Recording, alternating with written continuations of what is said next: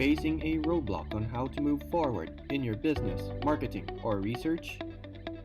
We can help. Synergy Market Research and Strategic Consultancy.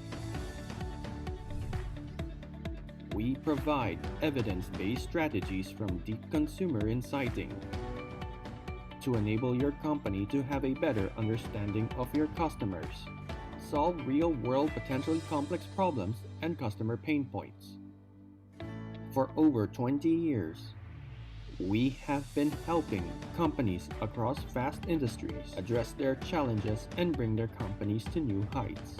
Our extensive client-side experience, business and technical expertise power up our business immersion processes to enable us to have an in-depth understanding of customer needs and potential opportunities. We offer digital market research and consulting services, digital transformation services, marketing and consumer inciting through thought leadership events and training. Synergy's exclusive partnership with YouGov in the Philippines boosts our inciting capabilities to address business questions and provide strategic inputs better and faster. Email us today at info@synergy.ph to see how we can help your company. Synergy Market Research and Strategic Consultancy, building stronger, more meaningful brands.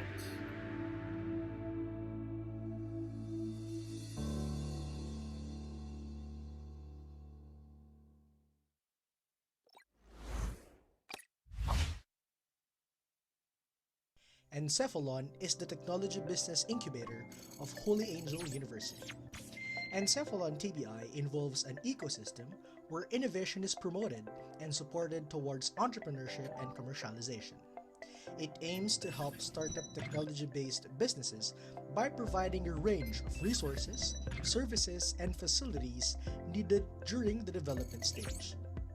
The goal of a TBI is to produce firms that will leave the incubation program financially viable and able to sustain operation and compete in the market. A sustained partnership of Holy Angel University and the Department of Science and Technology, Philippine Council for Industry, Energy and Emerging Technology, Research and Development, and the University of the Philippines through the National Engineering Center launched the Higher Education Institution Readiness for Innovation and Entrepreneurship Program, where Encephalon TBI is one of the 19 DOST P-Assured-funded technology business incubators. Encephalon TBI will serve as a technopreneurship clinic and development hub of HAU and nearby universities and communities in Region 3.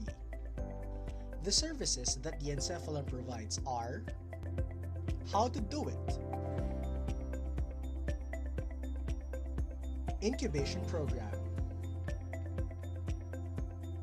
search,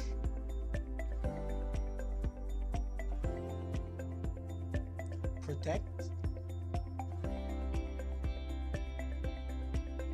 ease,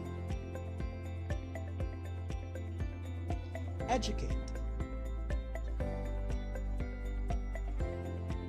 develop.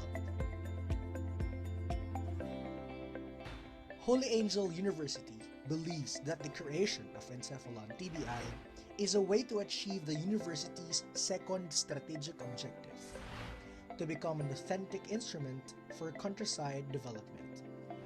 With the Encephalon's mission of becoming the premier technology business incubator, servicing technopreneurs geared towards countryside development in Central Luzon, Philippines, and beyond, is aligned to the DOST P-Assured's goal of establishing 1,000 startups in the next 5 years through replication of startup communities in the region.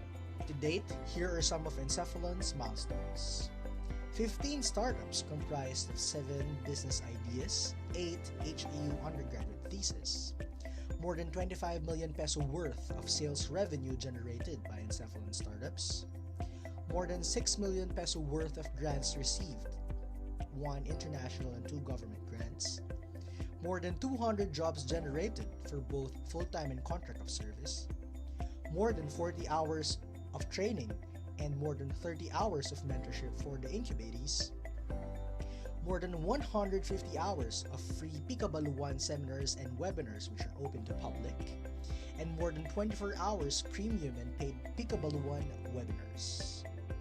Join us and let us help the Philippine startup ecosystem one incubatee at a time. We are Encephalon, the brain behind Filipino ingenuity.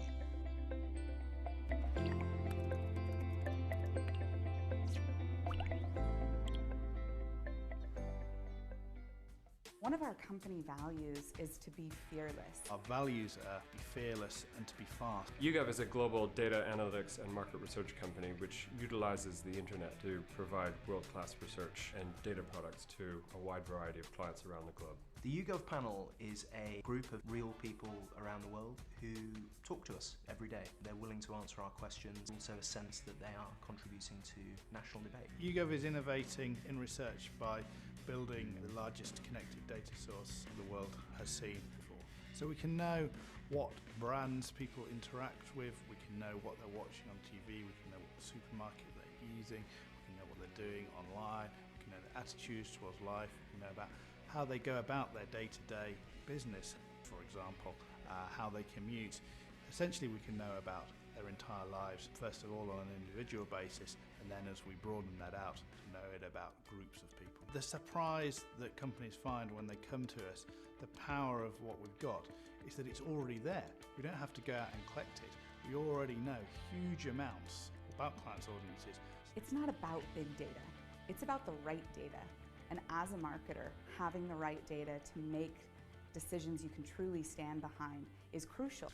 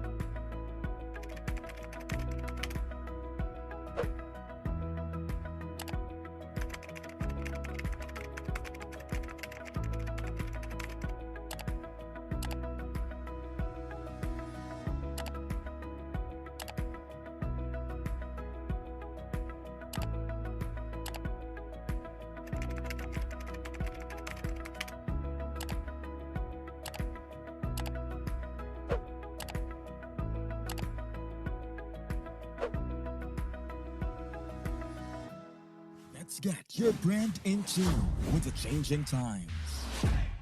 At 360 Next, we are ready to bring your company to the next level. Don't miss the chance to get your company noticed. We offer our 360 solutions just right for you and your target market. Our services.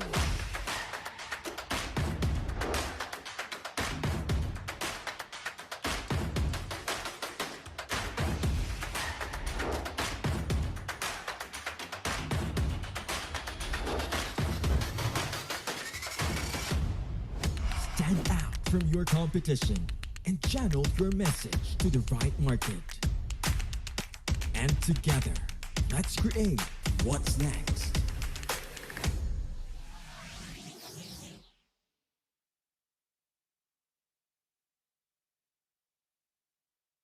Live TV God's Channel of Blessings app is our new way to engage and be a channel of blessings to millions of lives, all for the glory of God. Through this app, your favorite live TV shows and live streams are made possible, hoping that we can encourage, speak life, and uplift people around the world. This app becomes exciting because of its key features. Watch and discover live TV shows for your daily dose of inspiration and encouragement. Exclusive video on-demand sermons and clips from Christians and TV hosts. Easy access to give and donate to Live TV Foundation. Watch live streams while on the go. User-friendly interface that will provide fast, streamlined delivery of content in an easy-to-access format. Stream live TV shows in your television via Google Chromecast. Enjoy binge watching your favorite live TV shows because of its low data consumption. And it's totally free. No logins and subscriptions needed. There are 3 easy steps on how to download the app. Search Live TV God's Channel of Blessings in Google Play. Visit bit.ly/livetv-app on your mobile device.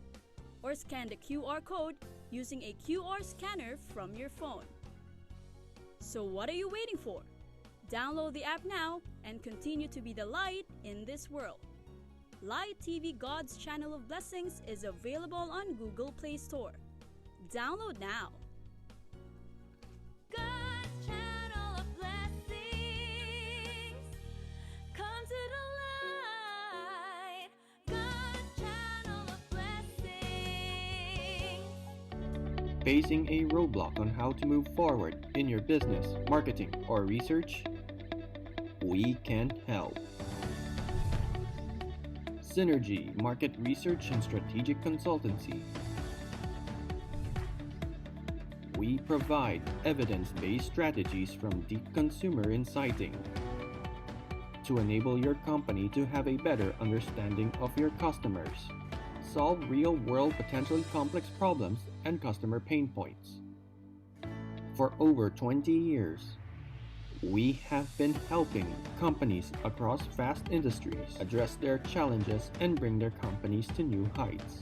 Our extensive client-side experience, business and technical expertise power up our business immersion processes to enable us to have an in-depth understanding of customer needs and potential opportunities. We offer digital market research and consulting services, digital transformation services, marketing and consumer insighting through thought leadership events and training.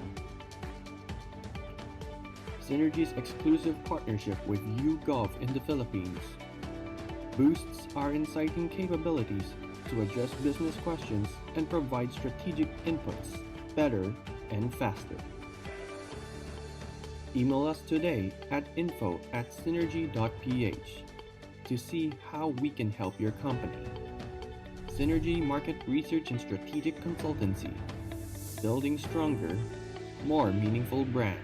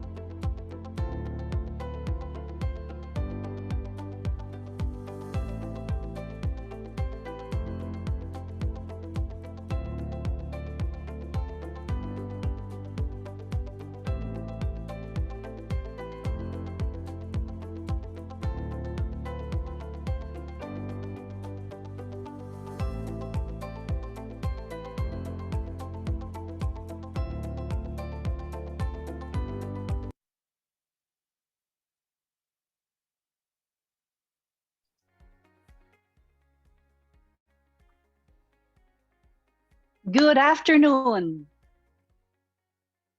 Good afternoon, everyone. I'm Jermaine Reyes. I'm the CEO and President of Synergy Market Research and Strategic Consultancy. Welcome to this second webinar that Synergy is offering for this year, our ePanel webinar series, which offers insights about the new customer this pandemic. As we wait for others to come in, I'd like to make mention that this is one of the spaces that Synergy operates in, which is the consumer inciting events. So aside from providing customized and syndicated research solutions for companies and evidence-based strategies.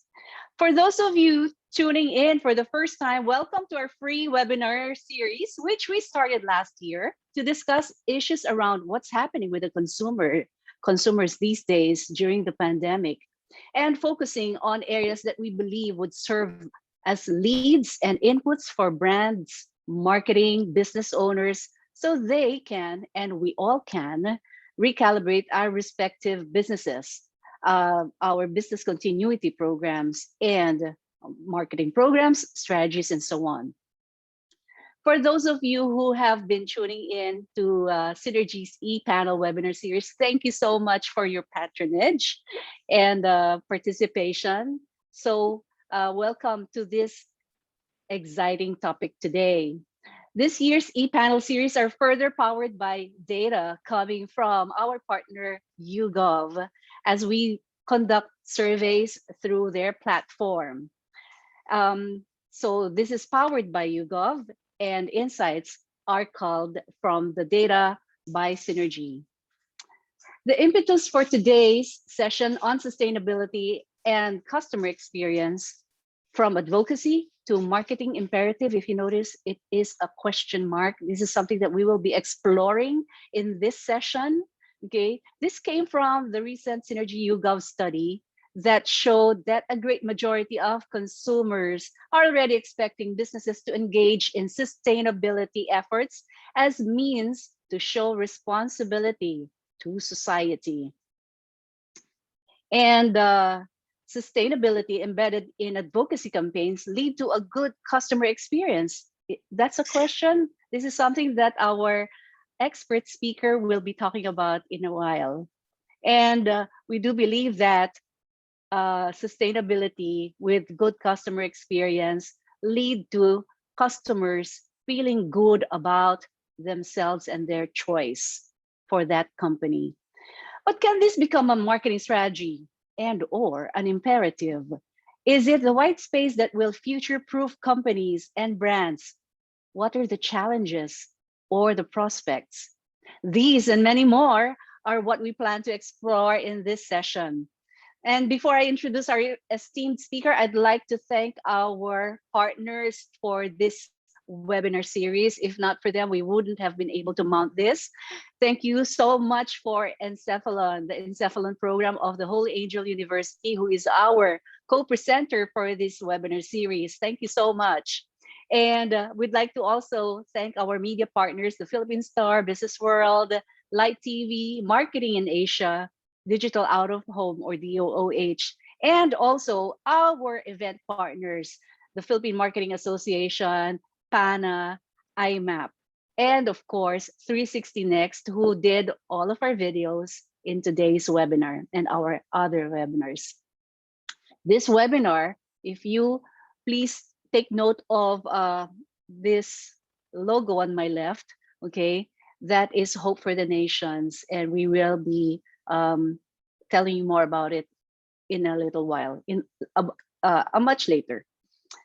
And all right, so today we have our esteemed collective experts in the realm of sustainability, marketing, business, customer experience, advertising, communications, brand, CSR, and more. So the format of this session today will be, we will be presenting to you the YouGov Synergy study to provide an anchor or an idea as to the inspiration to the webinar today. our session, and then we will that will be immediately followed by the talk of Miss Yayo Javier, who will give us an idea of the relationship between sustainability and customer experience and what it is like these days. Is it just an advocacy, or it is now moving into a marketing imperative? And allow me to have the pleasure to introduce our speaker and panelists today. Our speaker and panelist is highly recognized in the marketing industry with board positions in industry associations, such as being the past president of the Philippine Marketing Association, past Secretary General of the Asia Marketing Federation and Marketing Institute of the Philippines, board member of Bank Marketing Association, or BMAP, PCAAE, which is the Association of All Associations. And also, she's the chairperson of the UN Global Compact Network Philippines since 2016, I do believe, yeah, you know. And she has established Avanza Philippines as the top CRM and loyalty marketing technology company, evidenced by being the first Asia Pacific winner for its client Banco de Oro, or BDO, in Colloquy Innovation for Financial Services in the US, and a 2015 Panata Gold winner for Marketing Effectiveness Award. So, ladies and gentlemen, please give a warm welcome to Ms. Yayo Javier. Hi, Yayo. Hi, Jermaine. Wow, I'm so thrilled to be here. I love this topic, and it's really an important topic. And kudos to you for coming up with this idea. Thank you, Yayo. We're humbled by your presence here and for your sharing your experiences and thoughts on this topic. Thank you. Our panelist reactors today are experts in their respective fields. This panelist reactor has an experience that comes from over 29 years of experience in advertising and marketing communications in the Philippines and across the region. She held senior posts in ad agencies such as Young and Rubicam. Naku, it's a long string of advertising experience. McCann, Leo Burnett, Jimenez Basic Publicist, where I had her as a client. Okay. Saatchi X Dubai and MENA, and recently as general manager of Food Cone and Building, or FCB Manila, before putting up Sparkscom.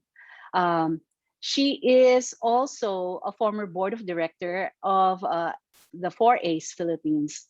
She's also a consultant on social marketing for NGOs and cooperatives involved in local health, governance, and OFW livelihood programs, local distributor of QNet Philippines products. She's also the founding member and first president of BNI All-Stars Taguig, and currently she is the president and partner of Sparkscom Manila. She has a profound interest in people, community service, collaborative pursuits, animal flow, and yoga, and the minimalist way of living. So please, ladies and gentlemen, let's all welcome Miss Ellen Samano. Say hi, Ellen. Hi. Thank you. Thank you, Jermaine, for that introduction. Hello, everybody, and thank you for coming this afternoon. See you in the next 2 hours. Yes. We will see Ellen again in a while. Our next panelist is not new in the sustainability effort or arena. His background has him having 22 years of experience in marketing, advertising, and communications, with a demonstrated history in telecommunications, consumer packaged goods, and food and beverage industries. He loves insight-driven strategies and technology-driven innovations. He is an advocate of mental health and sustainability, and he loves seeing the world and cannot wait to travel again soon. Naku, ako din, James. We are so honored, and it's a pleasure to have Mr. James Lim of Nutri Asia. Hi, James. You're on mute yata, James. Hi, good afternoon. Thank you for having me this afternoon. Nako, we're looking forward to your story, your brand story. Okay? Yes, thank you. And last but certainly not the least, actually, he's patching in from the US. And I don't know what time it is there right now. It's probably at 4 a.m. And I'm so honored and so thrilled to have him. He's my former boss from Coca-Cola. So allow me to introduce him.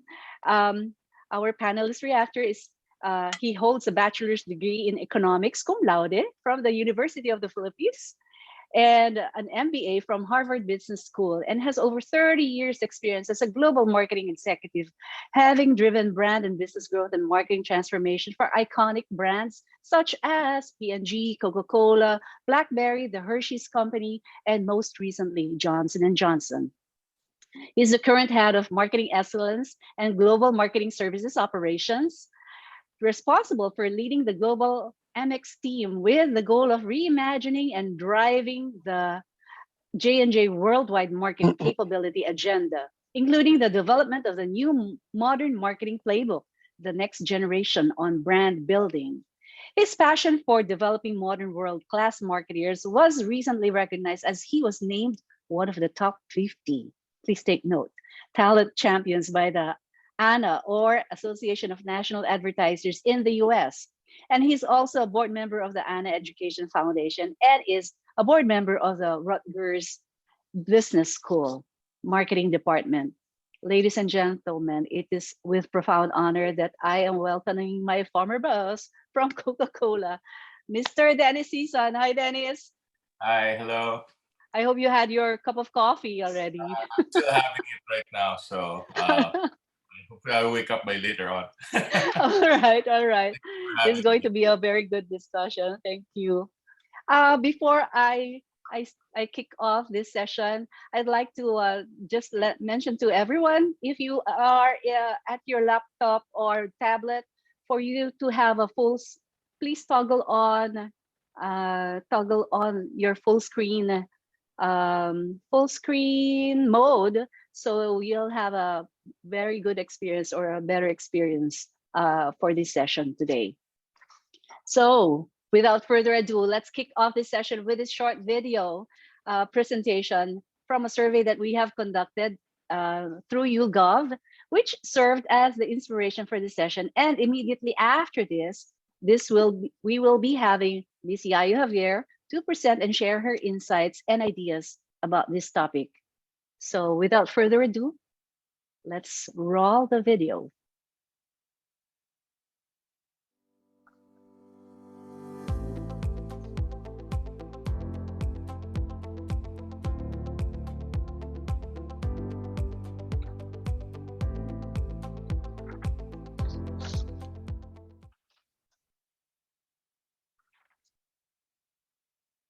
Good afternoon. Thank you so much for being in our webinar today. It has been such an interesting, challenging, and enlightening past 15 months since the start of the lockdown here in the Philippines. Allow us to share a short presentation of results of a study conducted by Synergy through our partnership with YouGov, which served as the inspiration for the topic that we have for this afternoon. Indeed, this pandemic has been touted as the Great Reset, shifting consumer attitudes, habits, and mindsets. Where we are now, and this would be not just applicable here in the Philippines, but potentially globally, it's like we're facing a new customer who has developed coping mechanisms during this pandemic and which may have become already part of their daily lives and routine and habits. And just like what we shared last April on how this pandemic shifted the financial mindset of Filipinos, allow me to share with you a glimpse of how Filipinos view some sustainability ideas and their expectations of companies to do social good.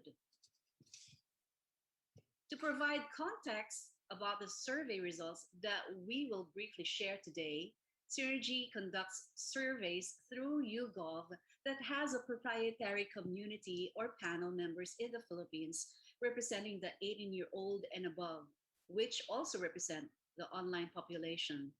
And just briefly, YouGov is an international research and data analytics company offering digital solutions such as brand index, profiles, omnibus, to name a few. The results discussed in this presentation were culled from the profiles platform of YouGov with date as of May 2021. We augmented this with a survey conducted by Synergy through the YouGov platform, which was also in May, to be specific, May 21 to 25, 2021, with a total sample size of 3,420. For this month of May, we covered topics on Filipinos' awareness, understanding, and opinions about companies' efforts when it comes to sustainability ideas, as well as those companies and brands that they think represent these. Results of this survey are hoped to provide an idea on the receptiveness and the mindset of Filipinos on sustainability, which could also aid in any or all of the following, which could touch on messaging, policy reforms, and programs, or companies' business continuity programs and strategies, or marketing development.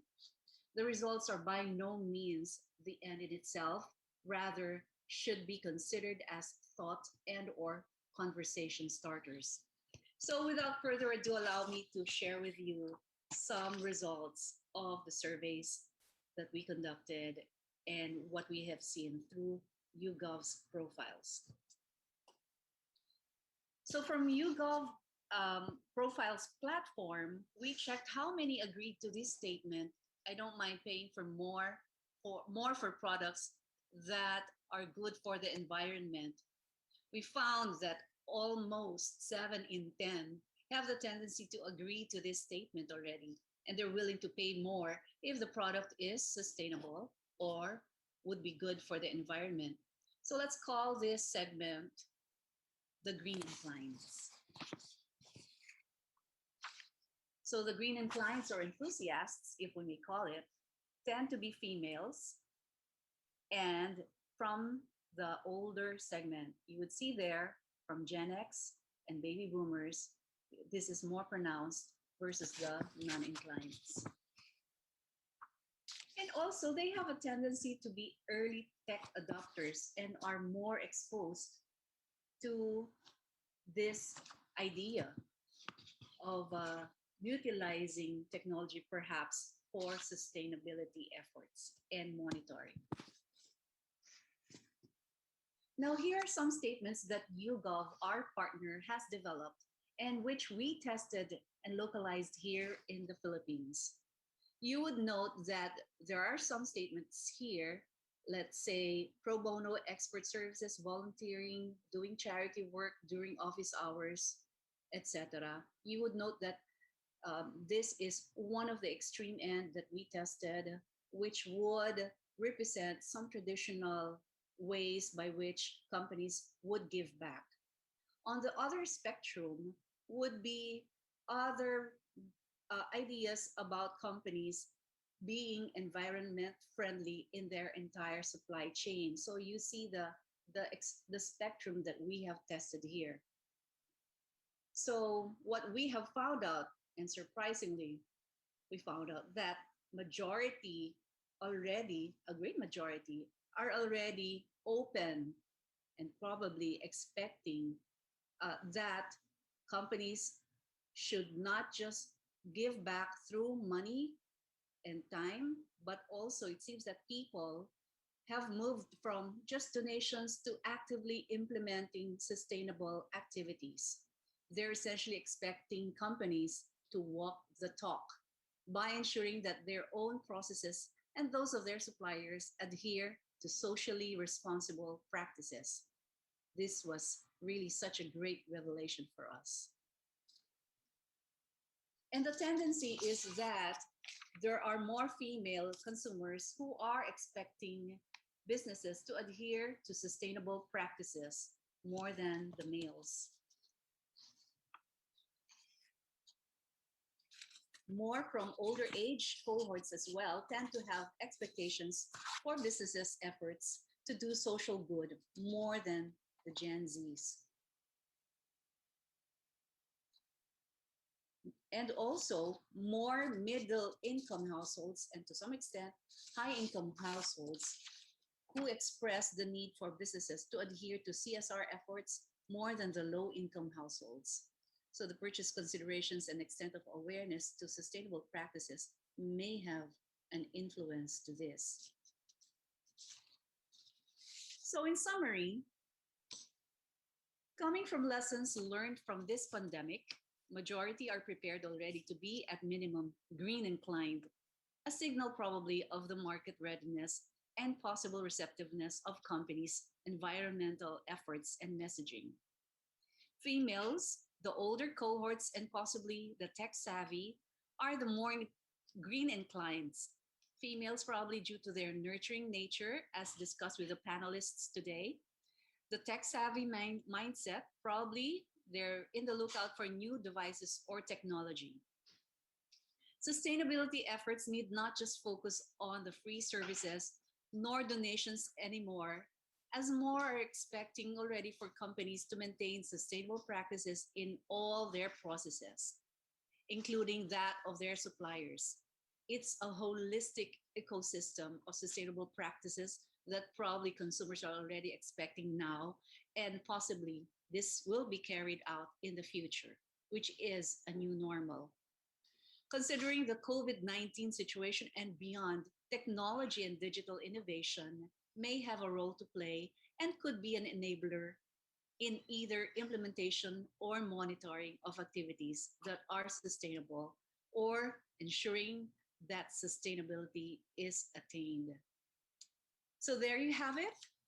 That's a brief backgrounder to the why of this session today. We look forward to your participation, to your active participation in our webinar today. So we'll see you in a short while.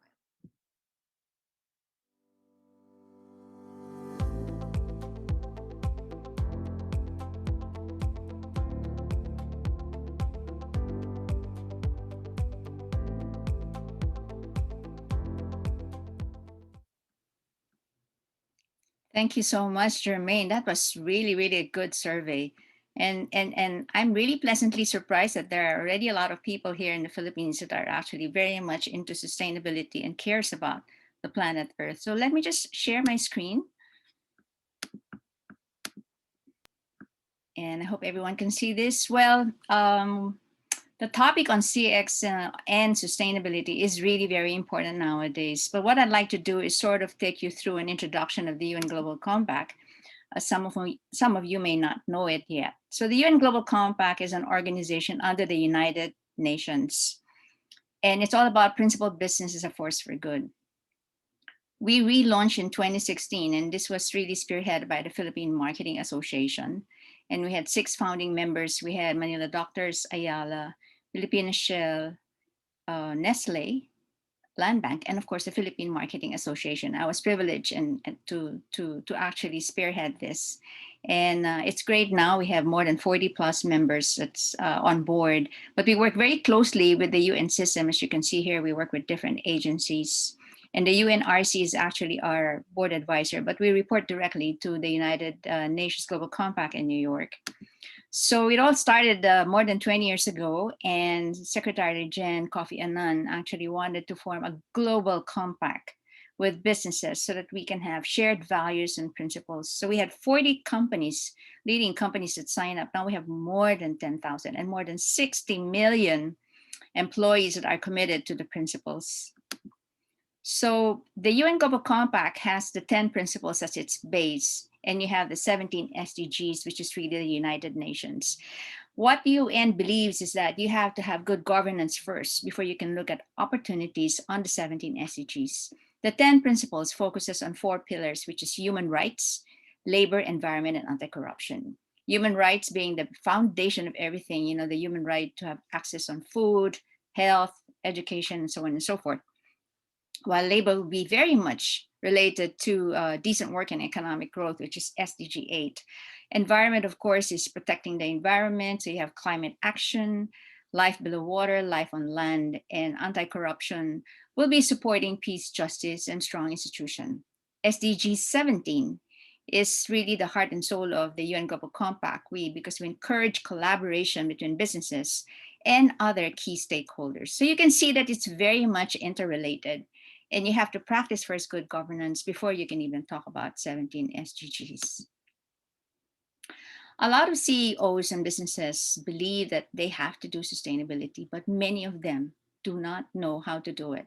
So this is where UN Global Compact comes in terms of tools and training. So the top SDGs that are being worked on by the different companies, of course, decent work and economic growth, which is SDG 8, is clearly very important and top of the list, primarily because it gives you access to a lot of things. Gender equality, SDG 5, remains to be a very important SDG even today. So the UN Global Compact wants to be very proactive in this. Of course, good health and well-being is clearly also important, primarily because of the COVID-19 and many more SDGs. Some companies ask me, as a UN Global Compact chair, and ask me, does it actually improve financial performance? And based on global studies, it has very good performance, a lower cost of capital, better operational performance, and better stock price performance, and even a higher return on equity, which is about 7%. More so, it also results to higher margins, a higher market evaluation, or rather valuation. And this is very important, positively impact credit worthiness in the long term. So if you're a company that's looking for investors abroad also, investors are always looking for companies that have sustainable programs and also a UN Global Compact member. So you can see here that there is financial viability in doing sustainable programs. So the UN Global Compact has seen this opportunity. Why do they want companies to be in this initiative? Because the companies and businesses have the power to change consumers' behavior, and through them, the world can change. So how you create your product, how you source, the kind of packaging, the marketing, the value proposition, the value chain, all of this is really part of sustainability. And if the companies and businesses can create those kind of products and services, then it can influence the consumer to appreciate it. And in so doing, just by buying the product, they're actually helping in the sustainability and making this world a better place. Now, if I go to the marketing side, customer experience is now a differentiating factor, especially during pandemic. A lot of customers now, and based on several studies, is that they actually prefer more to have a great brands that have great customer experiences, and they would even shift, even if they love the brand, but if they've had a bad experience, maybe twice or three times, that's it, they would transfer to another brand. So can you imagine that? Now, customer experience, I cannot just talk about customer experience without talking about customer journey, because it is through the journey where you have the different experiences. And what we want to do is create a great experience in each of the touch points. It doesn't happen when you buy the product. It happens before you even know the brand. When you're searching for the product or the service, by the time you find the brand, you buy the brand, and after sales, and hopefully become an advocate of the brand. It has to be across multi-channels. So a lot of companies are actually now looking at journey mapping and finding out where the challenges are and where they can make that a better experience. So if you can have the customer experience, a great experience, and have sustainability as part of your strategy, then you can imagine how great it will be. Because branding today is about creating a meaningful customer experience. The consumers, the customers now are looking for something else. It's not just what your product is, but it's what you stand for. So they're looking for that experience that will define not just what it stands for, but what the brand believes in. Covestro, for instance, has this carbon upcycling, and they have been able to convert the carbon into mattresses, foam mattresses. And you as a consumer or a shopper or a customer would enjoy this because, well, it's not just a great product, but because you're part of contributing to upcycling into making this world a better place. So you can say, hey, you know, I'm an advocate, I'm part of sustainability. So gone are the days it's just the, you know, it's just a product, and then, you know, you have a nice model, or, you know, you've got a great feature. That gone are those days. It's not just about that. It's about what the brand believes in and what it stands for, and the sustainability behind it. So brands today should be the impetus for consumers to want to do good, and so that they can associate themselves to a brand that does good. So when they go online, say, you know, I love this brand, you know, they have sustainability practices, they do recycling, their products are sourced responsibly, etc., etc. So they feel that they are also like a good person. They feel like, hey, I'm also a person on sustainability. And that's what brands should do. Now, a great example here is what Dig In does. You know how it is, you know, when you cook and then you just take the best parts of a produce and discard the rest. They have a mission here. They've changed the way foods are being cooked or looked upon, dishes are totally different. So they look at a produce and they try to make sure that they don't waste anything. They work with small farmers and look at how they can plan on the farming, and then making sure that they're able to maximize it and come up with best menus and best products to do it. Another great example here is Patagonia. Patagonia is an outdoor brand. And we talk about marketing, we talk about 4Ps. Actually, you marketing people, I'm sure you even know that there are 10 Ps, some 7 Ps. But what's really important here is that Patagonia uses 5 Ps, and the 5th P is purpose. The purpose becomes a big deal to them. It's their purpose is all about everything they do in the company, from the product, the way they market, the way they distribute, everything that has to do with that. So this campaign, they say, don't buy this jacket. So can you imagine a company saying, don't buy my jacket? I'm selling this jacket and don't buy it. But why is it campaigned this way? They will help you reduce. We make useful gear that lasts a long time. You know how some brands, they create great products that's supposed to last for a short period of time so that you will keep on buying. This is different. They want to make sure that it lasts a long time. So the quality is there. So you don't buy what you don't need. Repair. They help you repair your gear and pledge to fix what's broken. Reuse. They help you find a home for Patagonia gear that you no longer need. So if you don't want it, you can't use it anymore, you can either sell it or they will pass it on to somebody who needs it. Recycle. They will take back your gear that is worn out, and they promise not to stuff out of, put it in a landfill or incinerator. So they're educating their customers on how to be more sustainable, and they themselves will help.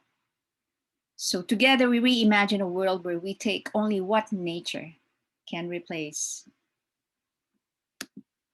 Even the website speaks about the brand and what it believes in, and even will give back for every sale. So they pledge 1% of its sales to the preservation and restoration of the natural environment. That's Patagonia. Okay. So we have to make it easy for consumers to participate in sustainability at the same time, making them feel good in the process. I'll share with you this video, and it's H&M, and it's a great video. It's still sexy and all that. So it's fashion made from recycled PET bottles. At least 50% is made from recycled and other materials that have less impact on the environment. Let's take a look at the video. Oh, I hope you'll be able to hear this. Let me know if you can't hear the sound, and I'll have to reshare it. Oh, let's go back.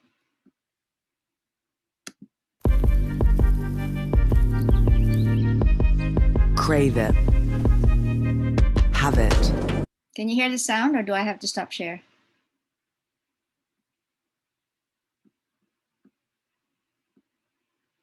Let me stop share for a while.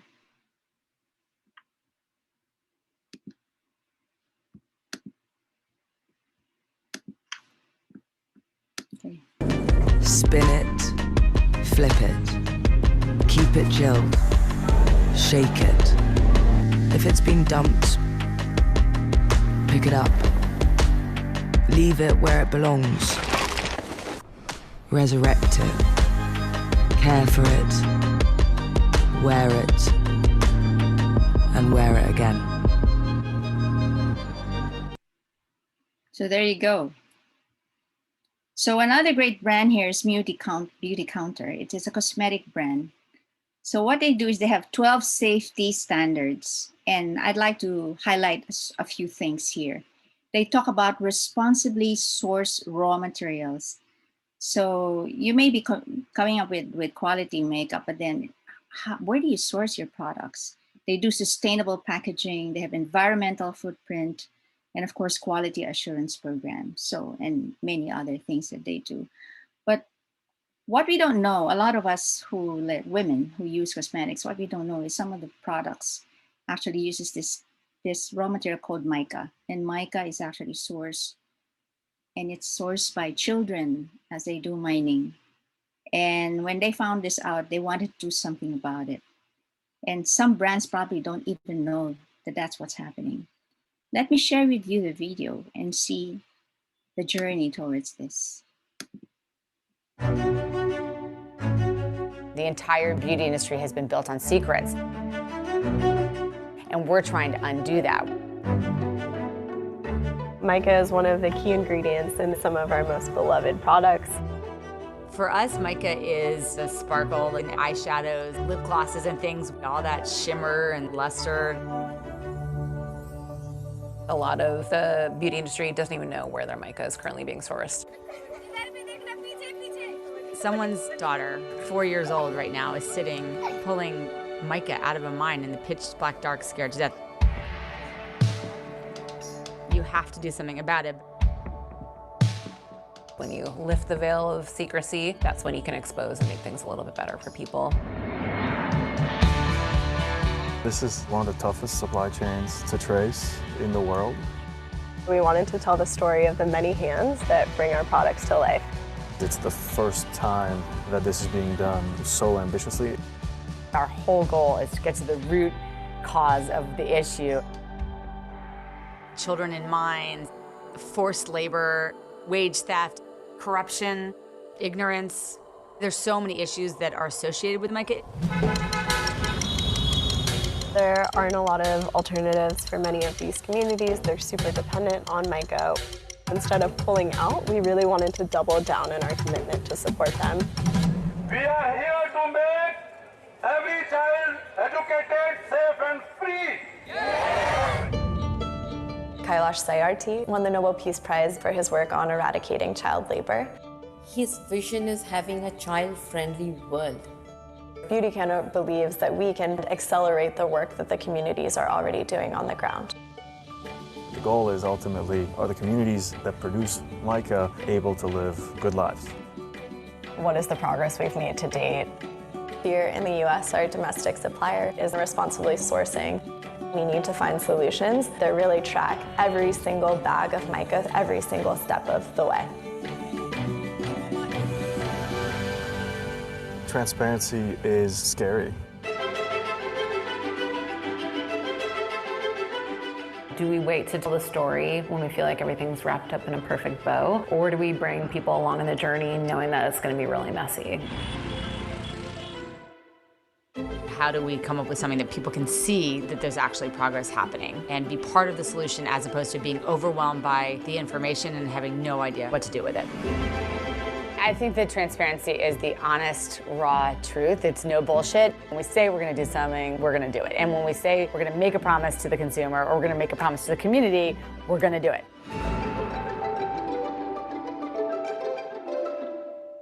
So they've started to work with child-friendly villages and to see that there will be more focus on children's education. They have asked consumers to take a look at their brands and how they source their materials. They've asked brands to take a look at where they source the materials. So this is what they have been doing. So another great example here is what Food for All has done. You know, when you're in the restaurant business, sometimes you don't get to sell all of the stuff that you produce or, you know, you cook.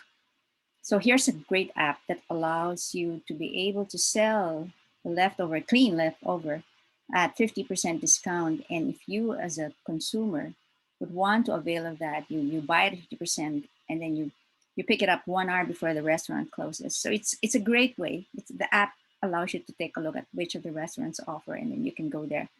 It's a great way to be able to save on your operating costs for the restaurant, and it's a great way for consumers or for customers to be able to have food at a lower cost. Great food should be tasted, not wasted. So I'd like to say a few things on how you can practice sustainability, just to give you an idea for some of you who are still trying to figure out how to do it. One of the things like gender equality, we try to have more women executives or in your board. Recycle your products, or the way it's packaged is made of recycled products. You can repurpose, transform certain things into something more useful. Provide access to education, like if maybe you're working with the communities where your businesses are. This is especially true for consumer goods. More nutritious food, put more nutrition in the food and make it more affordable. Not make it affordable, but it's not nutritious. It should be both. Provide access to health, especially those in the medical or pharma industry, and how you can actually help probably some communities. Save food wastage. And very important, responsible sourcing, such as abolition of child labor. So I'd like to end this slide and summarize, and really want to share with you something to think about. The more the customer experiences what the brand believes in, the more the customer will believe in the brand.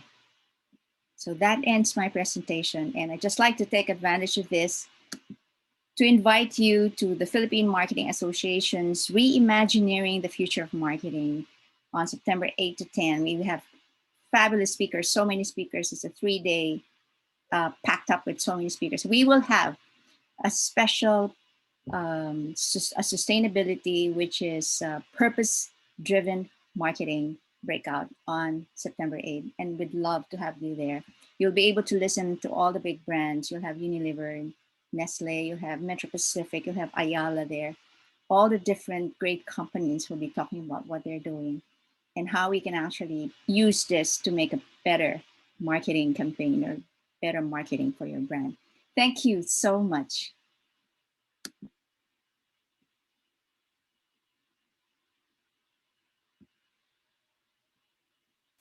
Thank you so much, Yayu. Yes. Before we move on to the panel discussion, I'd like to make a few announcements. And Yayu, also I will be there to speak about consumer insighting in that webinar. Oh, yes. Yes, by the way, sorry, Jermaine. Jermaine is going to be one of the speakers, so you have to be there too. Sorry, Jermaine, I forgot to mention you. So she's one of the great speakers. Yeah, please register. Yes, thank you so much. Wow, I'll probably do a recap. I'll make some announcements first before I do a recap in order to segue to our panel discussion. So, yes, so much to think about given that presentation of Yayu. But before we move on, we will be sharing with you the QR code for this session. Please take some time to answer this so that we can make our future webinars even better. So take a snapshot of this and just move into the link and the survey form. Okay. So also, in case you have questions about Encephalon, we are here to provide you a snippet of what Encephalon is about. Encephalon is a technology business incubator of Holy Angel University, and which is currently being funded by the DOST Peace Yard. Synergy has been mentoring the startup business builders since 2019 through talks and formal trainings and seminars. And we are proud to know that to date, Encephalon TBI was able to help their startups generate around 29 million sales revenue and have created 240 plus jobs with 11 million worth of grants received. To know more about them, visit their website at www.encephalonhautbi.com and follow their official Facebook page, Encephalon HAUTBI. Okay. Yes, also as part of our advocacy. So, guys, we're helping Encephalon. We're also with the Nations Philippines Foundation. So, this is a Christian non-governmental organization working towards holistically transforming marginalized rural poor communities through values formation, community initiatives, and collaborative partnerships. Visit their website. Okay, supporting Hope for the Nations Philippines means supporting the many underprivileged members in our country by helping them become productive contributors to society. You can check www.hopeforthenationsphilippines.com or www.hectorsofhope.com to make the underprivileged really become productive contributors of society. I've heard of so many good stories that maybe one of these days I will ask Tancho Baez, Tancho, hi, to speak. Okay. And then also our next ePanel webinar will be on July 9. We will be sharing again a snippet of our survey, and we are seeing that the youth, Gen Zs and Gen Y, and mental health, why this should matter to brands. So what is the connection? Gone are the days that we should just be talking about mental health in the realm of HR, psychology, or the medical field. We as marketing practitioners, I think we have a stake in this, and this will be we will be joined in by Mr. Jose Ortega of Havas, Mr. Lucian Dictioco of Philippine Star, and Miss Mayan Evangelista of Dove brand Unilever. And allow us to just share with you this video that we have for Synergy's WebCon. Yes, take it away, CK. So this is truly inspiring to learn from their experiences. Everybody's experiences are horse speakers today. Gives us courage, resolve, and ideas to race forward as we continue to iteratively rebuild and recover from the impact of the crisis. Our 2020 edition is our first virtual conference with a theme, Flash Forward. What I realized really was to change the concept of waiting for solutions. What is not the endpoint, the period, but looking at a start of great possibilities. It's about having the knowledge, right? Using the data that is available to you. As people in the industry, we know that this world is not just going to be driven by knowledge anymore, but really a lot of the ways by which we use that knowledge.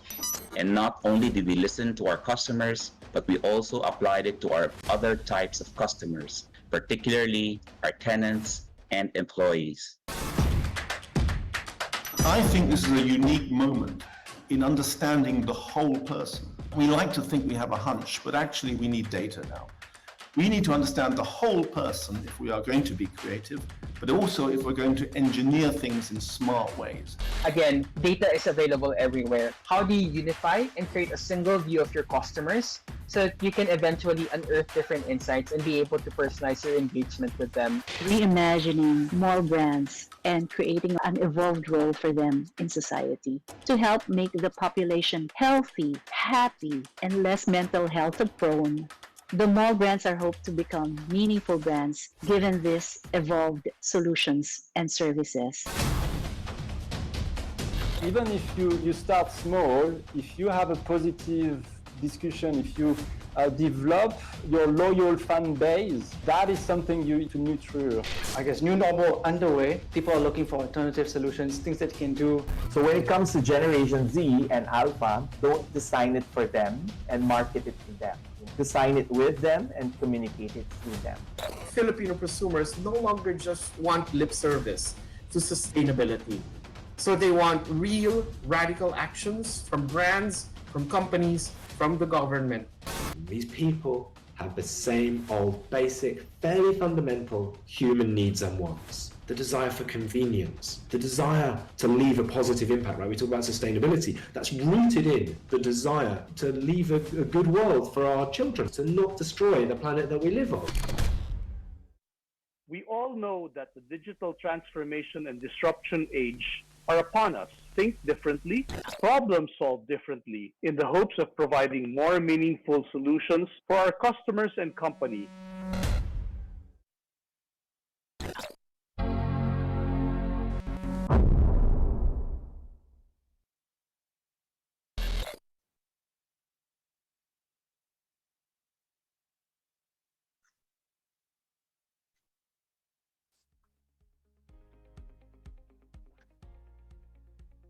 All right, so that's our future offering, which is our webcon scheduled on October 28 to 29. So I'd like to bring in our esteemed panelists. Please join me, Ellen, James, and Dennis, as well as Yayu. Okay. So yeah, before I speak about what my takeaways are, of course, I would love to hear from each one of you in terms of, what are your reactions? How did you find were there any surprises that you found in any of the presentations today? Or are they pleasant discoveries? Anyone would like to start? Please unmute, ha? Oo, thank you. Yes. Dennis, I think you'd like to start. Oh, thank you. Yeah, no, well, first of all, thank you, both to you and to Yayu for sharing so much great information, right? And I think just initially, there's two things that struck me. One is it can be very overwhelming, right? When pagka inisip talaga natin itong sustainability and marketing, napakaraming mga bagay na nagbabago dito sa ating profession, and being here in the United States for the last 15 or so years, mas mabilis pa nga yung pagbabago dito, with the way marketing is actually being practiced, and also all the factors that we talked about this morning are front and center right now, right? And when you talk about the 17 SDGs that you outlined, wow, it's so big, no? It's so big that it takes the whole world, to truly be engaged in to try to make a difference, right? And I think that's something that I think each and every one of us, right, as individuals and as marketers, really have to think about, right? How can we be involved with trying to drive this change, right? And how is it meaningful for my business to truly make a positive impact, in the world? Because it is at a tipping point, and there's so many different I think reasons why this will simply accelerate, right, and become much more important. You talked about the social change, the social pressure, social media, right, that I know Ellen is going to be advocating for. There's customers pressure that's already happening now with supply chain, even here in the US. Companies like Walmart, Amazon, Whole Foods, all are requiring their supply chains to be as sustainable as possible. And it's not just the environmental thing, right? It's all about social actions altogether. In fact, one of the things that I think will begin to affect the Philippines at some point are the advent and the growth of all of what they call B corporations, right? B Corp. So these are the new kinds of organizations that are certified to be good, right? Good governance and sustainable in all of these aspects. So investors themselves in Wall Street are going to be funneling money, right, over time to companies and organizations that are certified as B Corp. And of course, you also have Generation Z, which are younger consumers are also going. So talagang I think this whole thing about sustainability is ready, right? It's here. It's a big problem.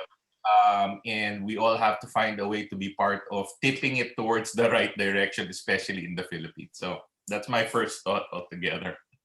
Mm-mm.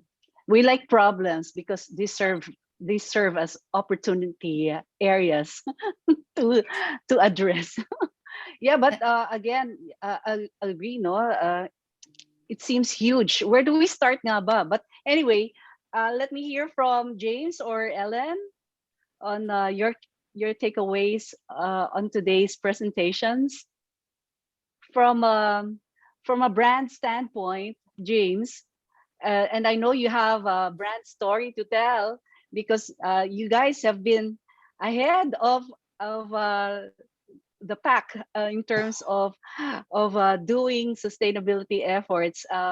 Yeah, maybe you can also share your story on that as well, James. Yeah, thanks, Jermaine, and thank you for sharing the results of the survey, and thanks also, Yayo. It's very interesting the presentation, and maybe to start, my initial thoughts on that was that sustainability isn't just a trend anymore. I mean, I think a couple of years ago, it used to be cool to be green, but now it's becoming a reality, and it's something that we've realized in NutriAsia as well. So for us, sustainability came in different forms, and but the most and then the brand story I'm going to tell you is actually the one of the refilling story that we have now. So we actually have implemented three sustainability initiatives, if you can call that, since 2019. The first is a refilling station called BYOB, or Bring Your Own Bote. It's a condiment refilling station where you can go bring your own bote and refill your dato puti suka, toyo, patis, and even your cooking oils. We also have a partnership with Plastic Credit Exchange to offset our plastic footprint. And we've also recently launched as well a click and collect offer, for people who want to avail of our products and not go through the hassles of the packaging problem in e-commerce. So, but for our refilling system, or BYOB, it was a very interesting story because it's not something that is internally to us. It's not something that's readily available. A lot of the processes we had to invent, or maybe had to enhance, and maybe convince even the internal groups for us to implement it. So, but because we know that it's not a trend, because we know that it enhances customer experience, we know that it's a valuable addition to your brand purpose. So that's something we really advocate and we really push for, and hopefully we will be able to get more results out of it. Yes, thank you, James. Yes, Ellen, would you like to Yes, that's my, share? yeah, I guess that's my cue. Well, there are three things I took out from that. Again, very, very good content, Jermaine and Yayu. And I even heard something new from the two guys here, Dennis and James. I've been in the business of advertising, helping our clients build their brands at the same time building their businesses as well. And it's always been a conversation that's been part of our day-to-day servicing to clients, no? That whatever we do should always serve long-term purposes and not just short-term, very tactical, sales-oriented objectives. And I think that's been the conversation for so many years already in the field of advertising, that when we build brands, we put brands to life.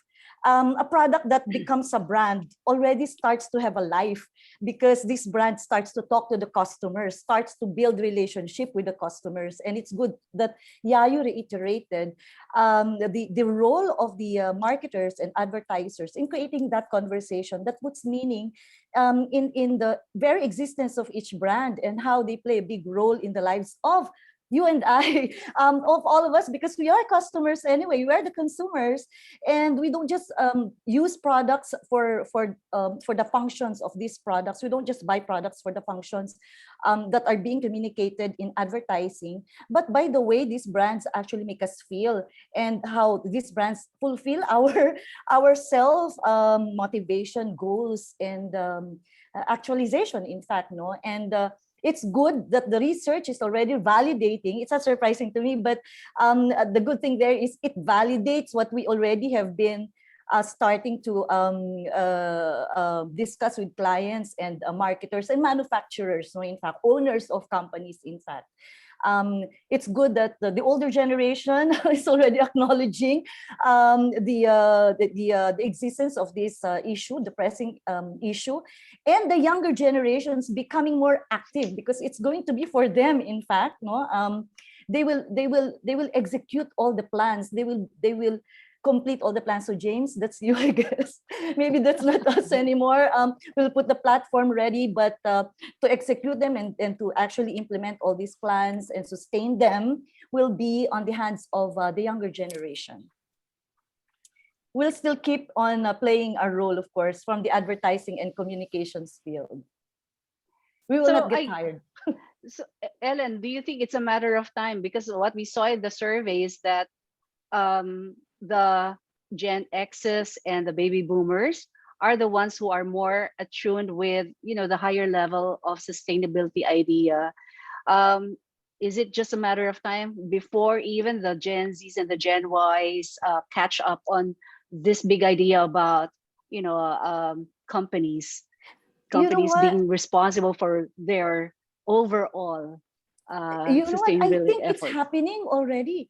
I mean, some of us have kids. I don't have any. I have pamangkins, but and we have young people in the company. A lot of them are in the companies. Even my partner companies who are here, by the way. My partner companies have their young employees, and we hear them talk about these things, the products that they support. When they share ideas, advertising ideas, we hear very responsible ideas from them as well. And sometimes it surprises us because I mean, we were not really brought up that way. We were brought up in, being creative of sort, right? Creating impact than sustainability. But these days we've been more and more conscious about that, and we acknowledge the participation of the young thinkers these days, because and they are becoming really, really active. It's probably not legitimized yet by any platform or any organism, maybe they're all over, but we just don't see them. They're probably just not that loud and noisy, but I think they are there. Actually, going back to what Dennis talked about, and also James, so thank you for that, Ellen. So it's not anymore a trend, and the younger ones are really catching up. But the SDGs are really so big, and where do you start? There is also there's that width in terms of the 17 SDGs, but also the depth in terms of you getting how you become more meaningful and making a difference, and also. There's a question here. In fact, is the Philippines where is that? What's the status of private sector in the Philippines in implementing sustainability? Any sustainability idea? I guess no. So, please bear with me, huh? There are so many concepts that we need to make tahe. There's that sustainability idea and also customer experience. How does that segue towards advocacy and also marketing? And allow me to start first on the sustainability idea. So sustainability, where are we? Yeah, maybe you can also share with us your thoughts. Plus also see Dennis also said na, ang hirap, ang dami yan. So any experience that you would like to share? Yeah. I wanted to react to Dennis' comment, and that's absolutely correct. A lot of companies, they don't really know where to start. They know that it's important, but they say, okay, how am I going to do this? I mean, there's just so many of them. So what we normally do is we tell the companies, you have to look at SDGs which are most relevant to your business. What is relevant to your business, and also where you are. It could be also locations that you're in. Like Nestle, for instance, they do programs where they have factories. So they teach the communities, for instance, the women, the housewives, that to learn how to sew the the uniforms in the factory, and some of them have been able to build a house just by doing that business. So, but also you have to look at your particular business by itself. Are you in energy? Then maybe you have to start looking at renewable energy. So it has to be something that's easy for you, and it has to be related to your business. Why? Because at the end of the day, you still have to make money. You still have to be profitable. That's what we tell all members, all companies, and say, it doesn't mean that you're going to dole out money and not make money out of it. No, that's not the point. The point is you've got to make it also sustainable for your business. That's why you see the studies here. They have, higher margins, and Ayala, for instance, they have been asked that question so many times. Are you making money out of this? Because Ayala is like, Jaime Augusto Isabel Ayala is the first Asian SDG pioneer in the United Nations Global Compact. He's the first. So he was able to cascade it down to his operations. You know how they think, the Ayalas think. And it has been profitable for them. And when you hear the name Ayala, you always have good image about them, right? So it's all part of this whole thing. So it's actually profitable, and you can, as long as, what's important is you start it from the top. It's not just doing a marketing, but it has to be internalized. You have to take it from the top, from your CEO, because you have to cascade it in terms of your operations, and then you market it. So that's really how it works. So currently, the ones that are doing sustainable programs are the big companies, but we're seeing slowly some SMEs are starting to do it. Pinky, Pinky Germain. Pinky is now is now a social entrepreneur. She's got this product, Live Clean, that uses natural ingredients, sustainable products, and all that. So more and more startup companies are looking into that. I've got some friends also that started to do that. So we're trying to encourage a lot of the small businesses to start doing it. But the big companies are really trying to do everything. I mean, we've seen an increase in number of companies that want to be part of UN Global Compact because they want to learn. Because we give global webinars. You can take webinars coming from New York, and you're able to get a share of all of the practices. Sorry, this has become a UNGC webinar. No, it's sustainability as well. So we need to learn. No, Yes, I just wanted to build on what Iayo actually said, right? Because I think what's important is we have to define what we mean by sustainability, right? Kasi nga, I think for the longest time, or even in my my understanding previously, over the last year, like when I talk about sustainability, people always say, "Oh, that's just about the environment," right? So everything that's related to that, right? So I think what this has begun to open up, right, is a definition and an understanding that when you think about sustainability in business, it's all about a much broader agenda that needs to happen, right? And not just thinking about the environment as a silo itself. You have to think about all of these things integrated. So that for me has been an eye-opening thing. And secondly, when companies think about the challenge that seems to be very overwhelming, you may want to think about it as either a risk, right?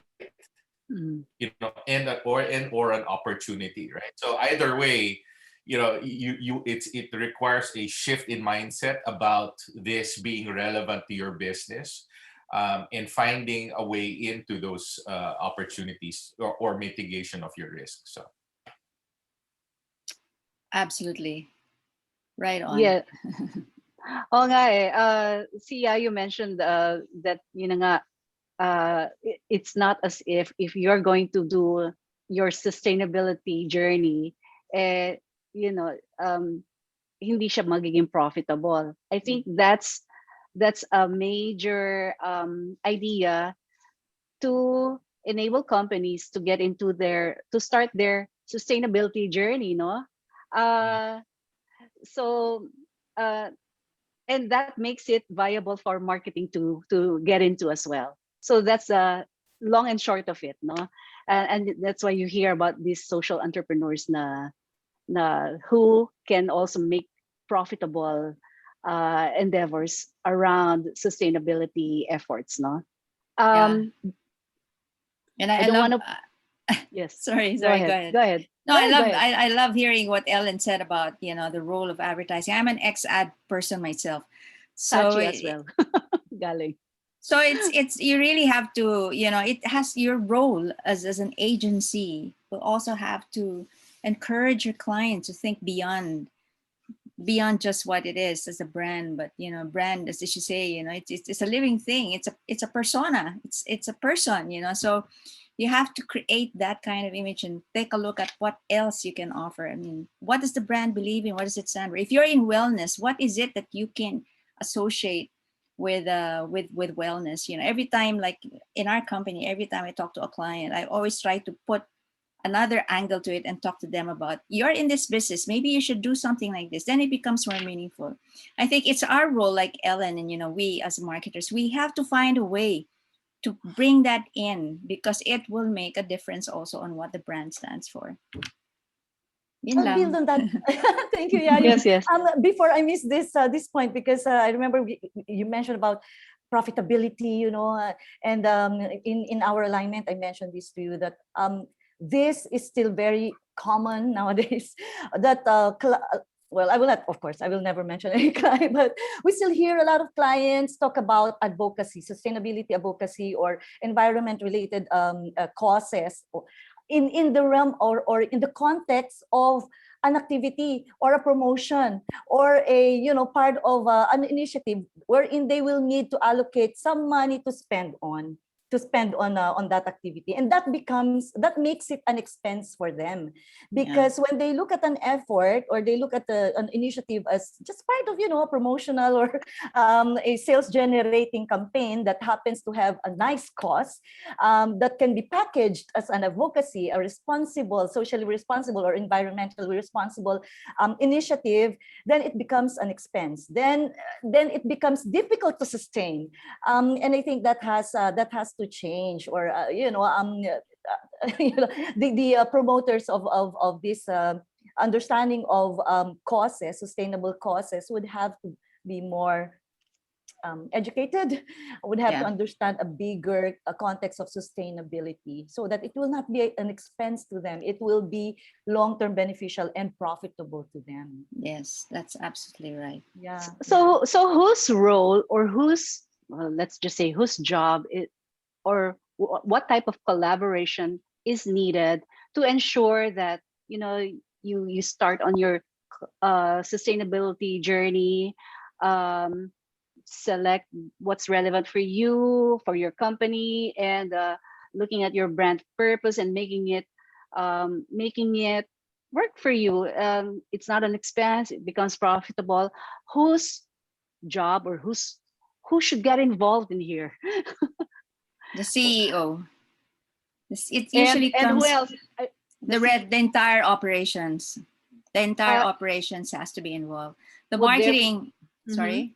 Yeah, Go ahead. The entire operations will have to be involved, because it has to be internal. You have to be able to do it from your sourcing to the way you operate, the way you source your materials, and the way you package your materials, the way you market your materials, your products rather, and services. So it's everything that has to do it. That's why if you see some of the examples I gave, it has many facets. Actually, there's some companies that are already doing it, but they don't know they're doing it. So, some of them, like gender equality, for instance, they have more women in their board, or more women executives. So they also give, let's say, the mothers, an opportunity to be able to balance between home and work. So stuff like that. So some of them are already doing it. They just don't know they're doing it. So sometimes it just needs education. Ellen was right in saying it. That's the reason I'm so grateful to Jermaine that she did this webinar.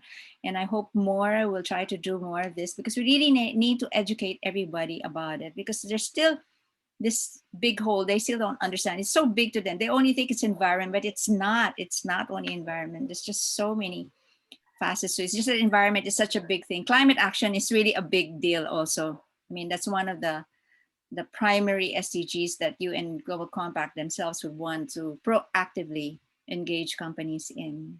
So it is role. Now, as a marketing person, you have to be able to maximize that sustainability. How can you use that now in marketing? How can you make your customers say, wow, that's a great brand, they're doing this stuff, and then make them feel good, in the process. So that's the role of marketing. But the marketing has to understand what it's all about. That's the reason why we're talking about this. They have to understand. Yeah. So I was actually going to ask, so aside from the CEO, who should he or she, put together in order to, figure this out? There's marketing. Yeah, no, I was just gonna say, I really wouldn't wait for the CEO or the president, right? Or whoever lead organization to get started, because I really think I give you I give you a couple of facts that I lead into, right? So I've been associated for the last, as Jermaine pointed out or called me out, 30 years, right, with Procter and Gamble, Coca-Cola, Johnson and Johnson, Hershey's.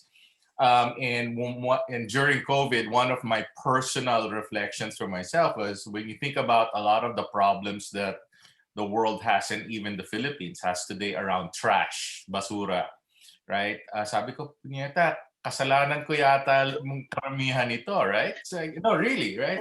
You think about these are just two facts that I wanted to point out, right? Based on research.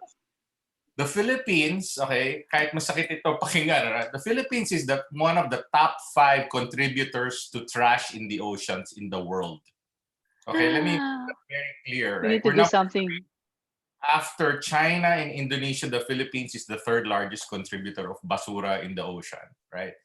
And then when you think about basura that's in the ocean, 70% of the trash is actually multi-layered plastic. So in other words, ito yung mga packaging ng labels mo, ng Maggi, ng sachets, all of these things are causing major disruption in terms of the ocean and the ecosystem itself.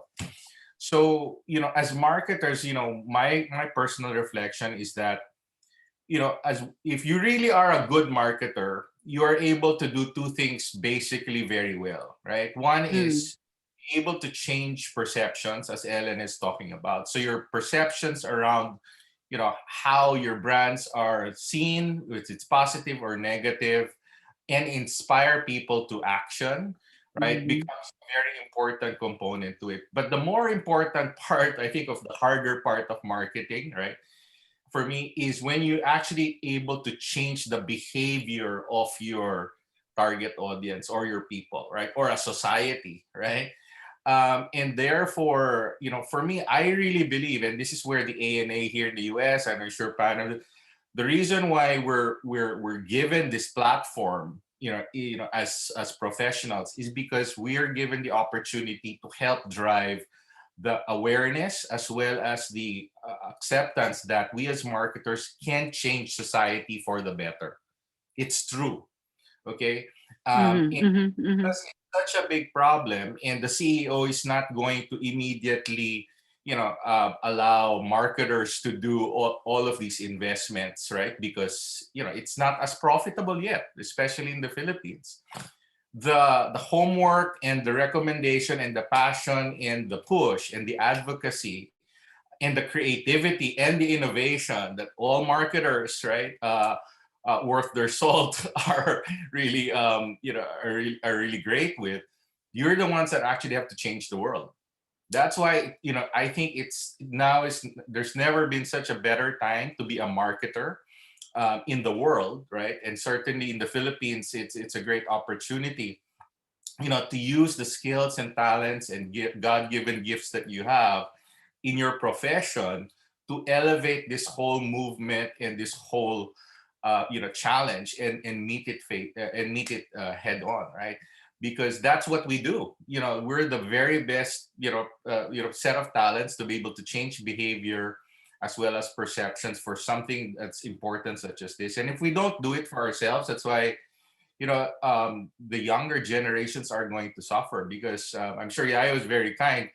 There's so many projections that if we don't change the way this world is working in terms of those 17 SDGs, Yeah. You're gonna run out of food by 2050, right? There's not going to be enough fish in the ocean. You're saying there's going to be food issues, all around the world in the next 15 to 20 years. Even in the Philippines right now, supply chains are already busted. So, nag-uumpisa na yan eh.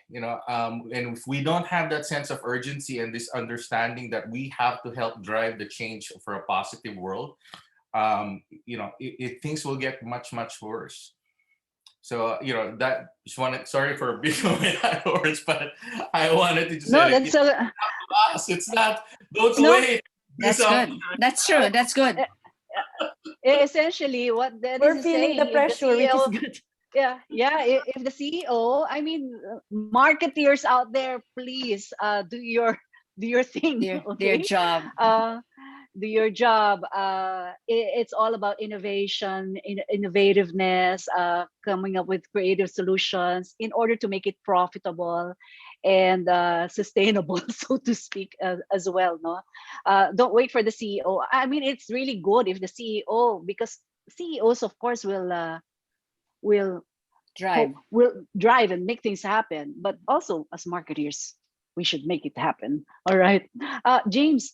I was going to ask, how in terms of your efforts, yung BYOB, ano yung response ng mga consumers diyan?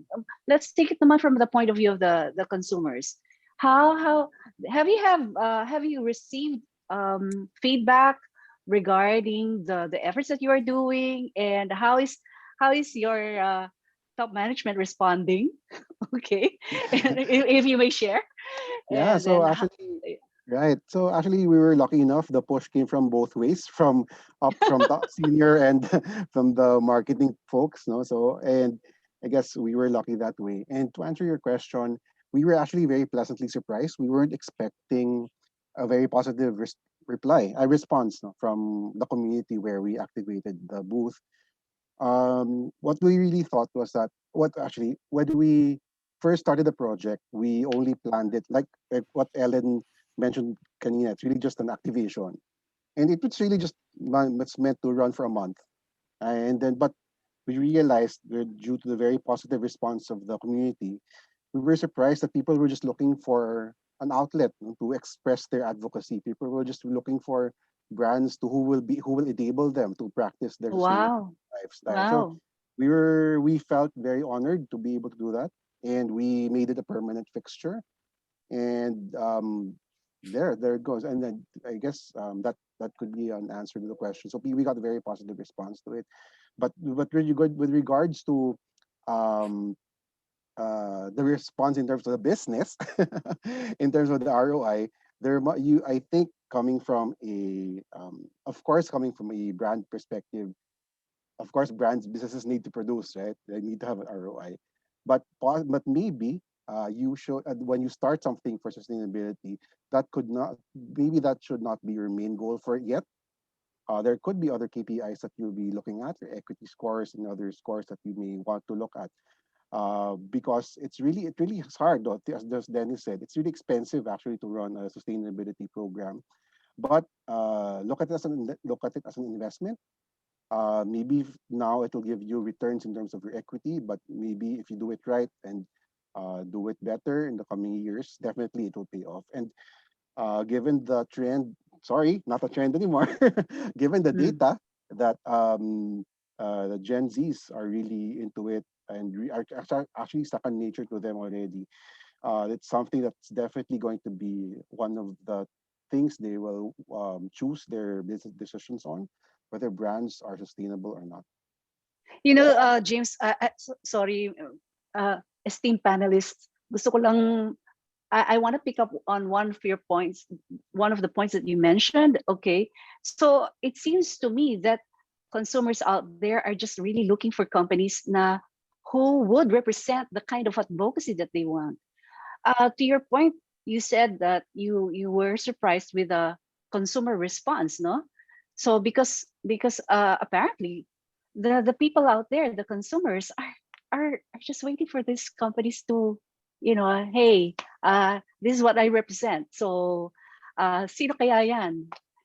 Maybe I hear you that maybe the ROI is not yet there, but since you started it, first to market, so to speak, uh, since you started, it's just a matter of time probably. And those who will not, I don't know, please let me know. Those who will not do it now uh, will be left behind ba? What do you think?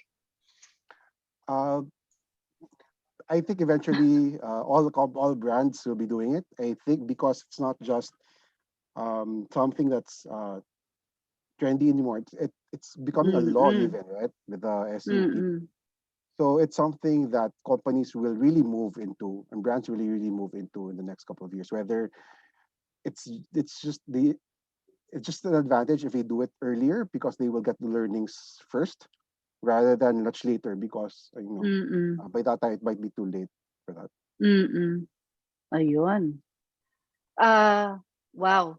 Thank you so much. So I think given what we have been discussing so far, I don't know whether we still have any convincing to do, to tell, to make our participants think that doing sustainability effort is or should just be relegated as an advocacy effort, no?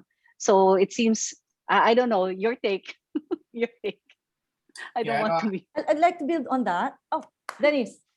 Say, go ahead, Ellen, please. Very quickly on that one. I don't remember having heard this yet in the discussion. We've been focused on environment and all, but sustainability, remember, is beyond that, no? It protects profitability as well. If you look at the readings and the common discussions on sustainability, it doesn't stop at the planet. You will hear, we hear this phrase of people, planet, profitability, no? So there's also the concern and the protection of the people as well as protection of profitability because it's sustainability.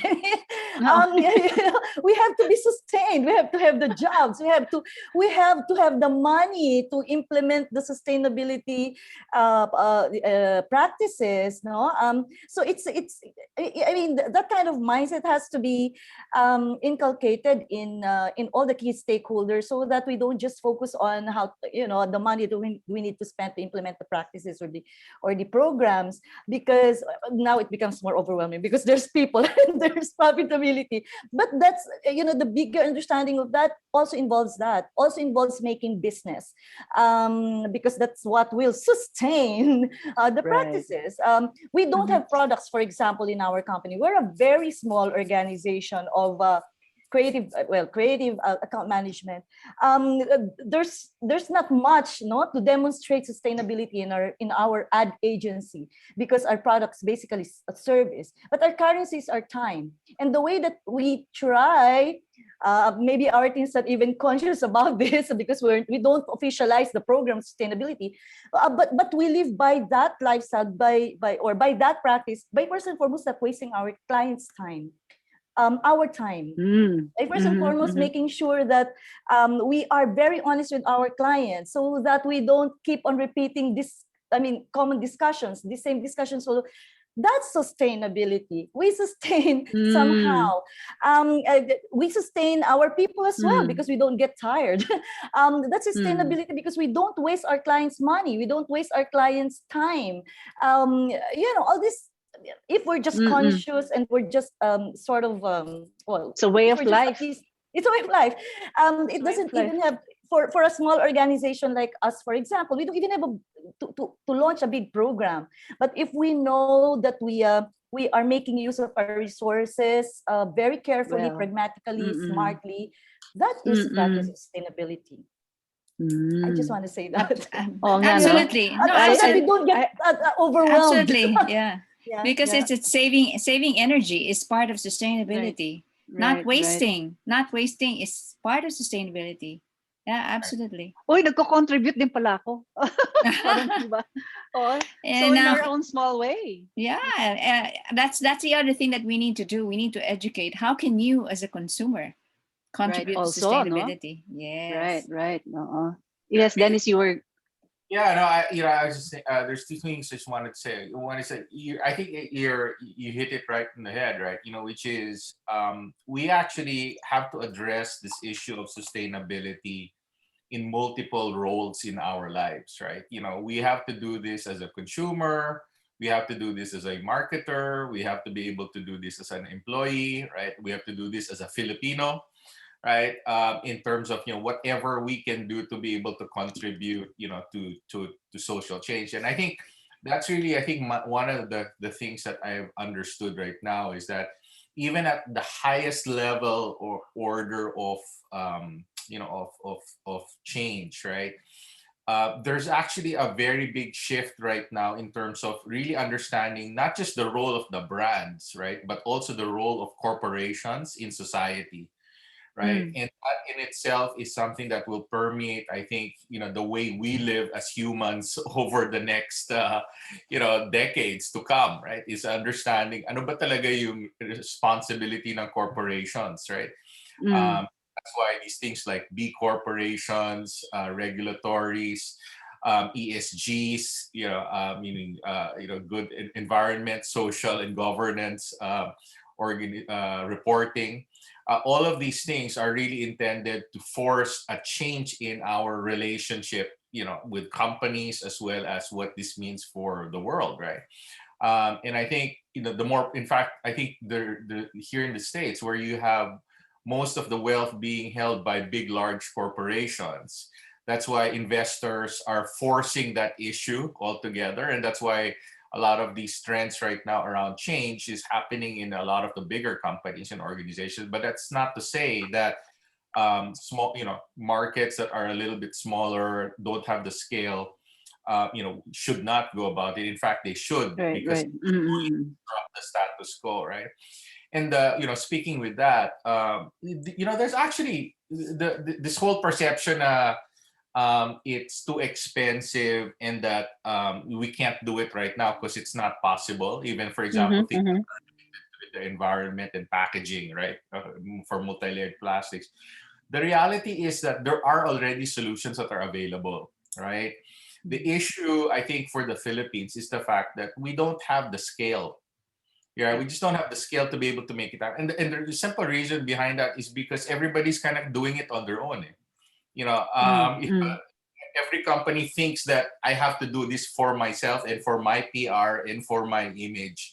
When in reality, it's the complete opposite. It's like, this is not only a one company's issue, it's an industry and a country issue.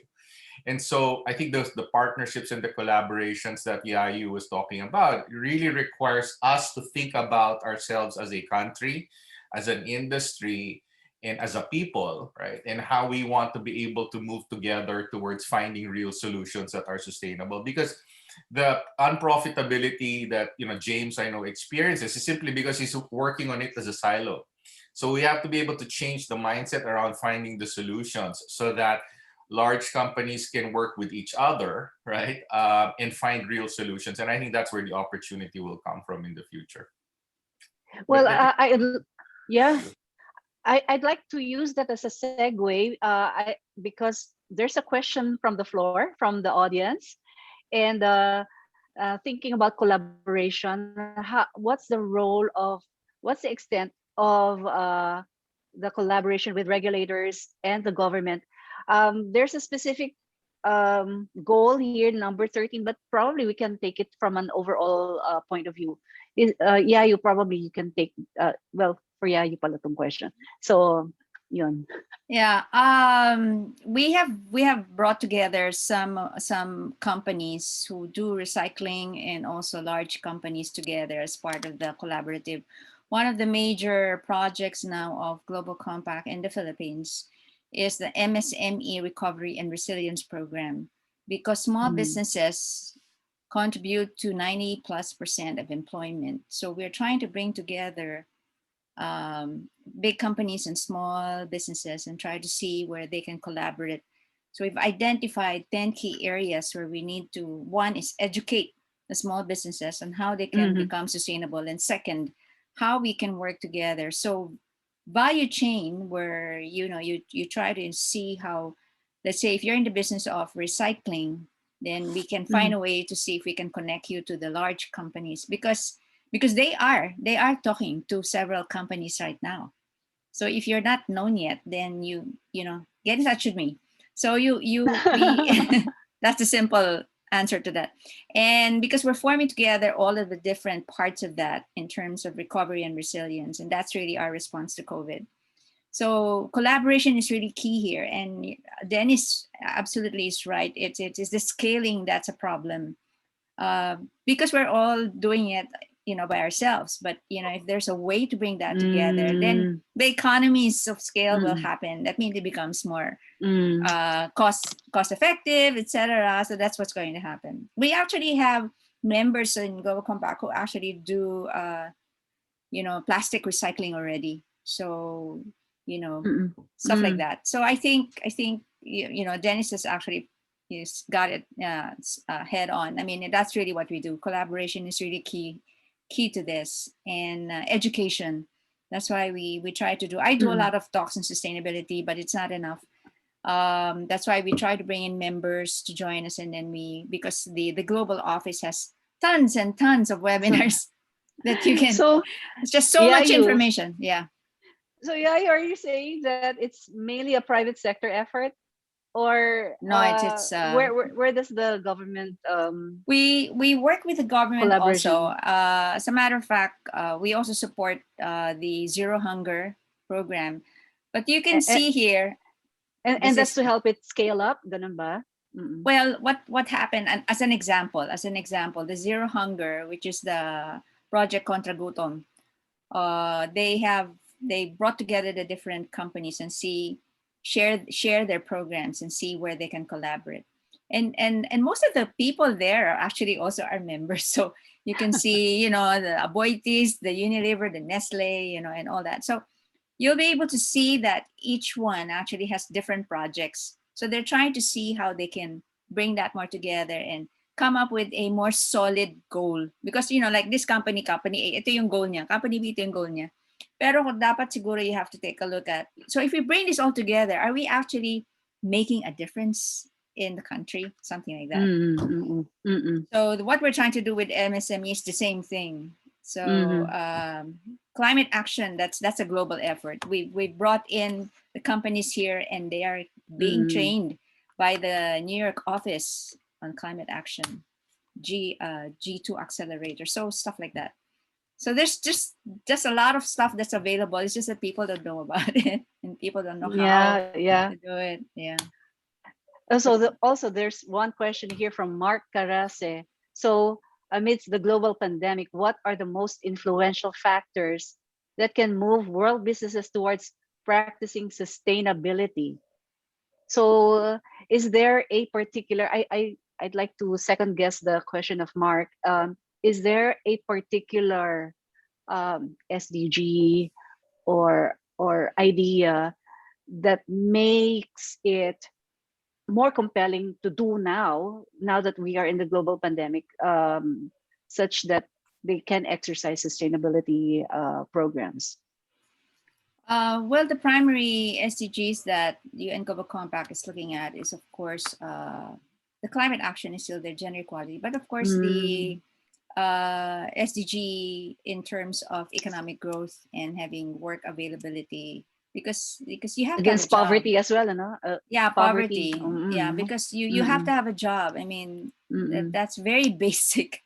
That's the reason when I showed you that chart where you see most of the companies are hitting that SDG 8, because you have to have a job. How can you have access to anything if you don't have a job? So yeah. So that's one key thing, no? Yeah. All right. Do we have other questions? Getting in touch with large companies who are interested to have recyclable packaging. I think, yeah, you mentioned, please get in touch with her or something on that. Yes. Naku. This is such an interesting topic. I can go on forever, but I think time is against us. Maybe in our, well, we're going to have Yayu. I'm spilling the beans now in our webcon as well. in October. All right. So before we wrap up, maybe some final thoughts, ladies and gentlemen, on your take on this. Actually, we haven't even touched on brand purpose, but probably another time.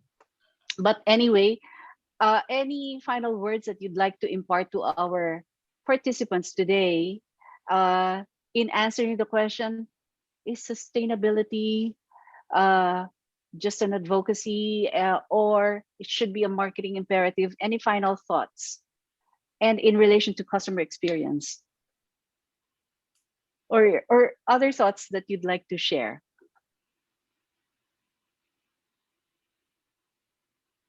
I'll Well, begin.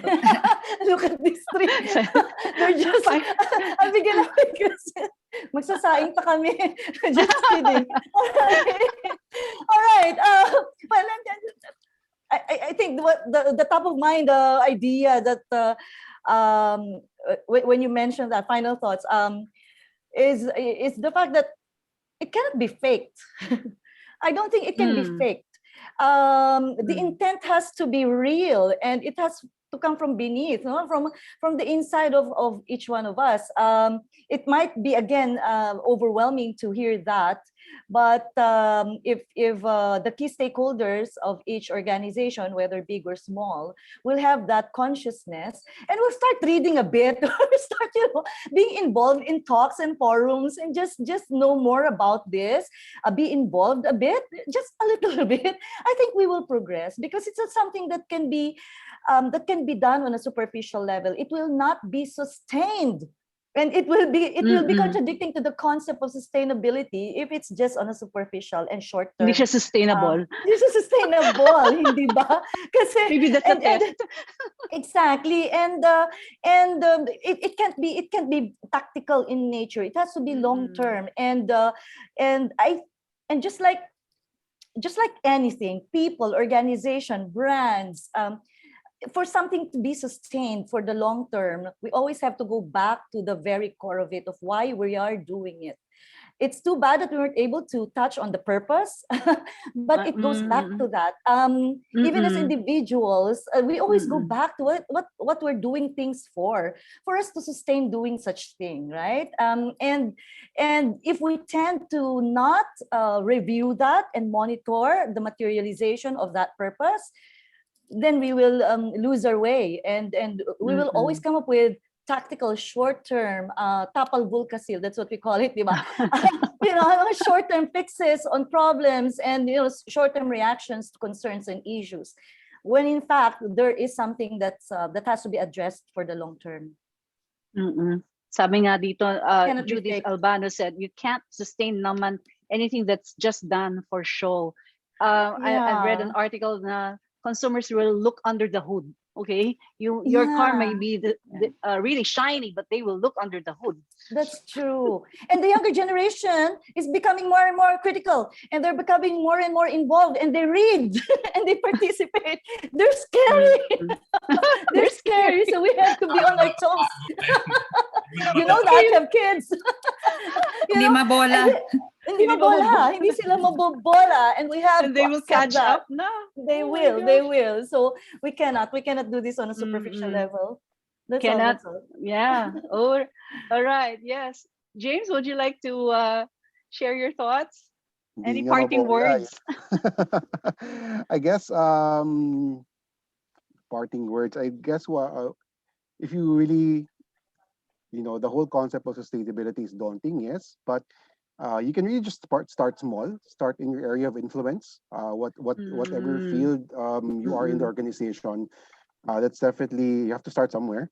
You don't expect immediately, that you'll save the earth, but it all starts with small actions, which are compliant with the SDGs. And what we found out in the organization, it was someone just needed to start the conversation on sustainability.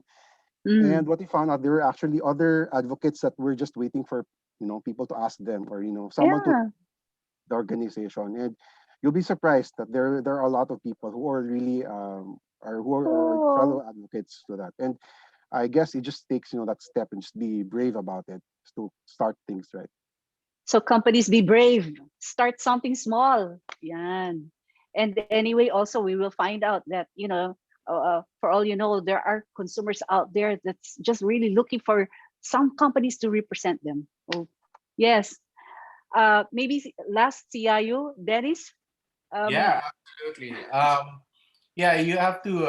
I think the message is to start, right? But you have to really. I really believe you have to start with yourself, right? And really do an assessment. Spend some time to understand as a person, as an individual, as a marketer. As a father or a mother, right, or a sister or a brother. How you want the world, the future to be like. It all starts from that why you have to be able to go, through all of this change, because it is a massive transformational change that's just been accelerated by COVID, to be honest, right? That's another, but all of these things are leading to a massive change that will not be sustainable and effective unless it starts with yourself, right?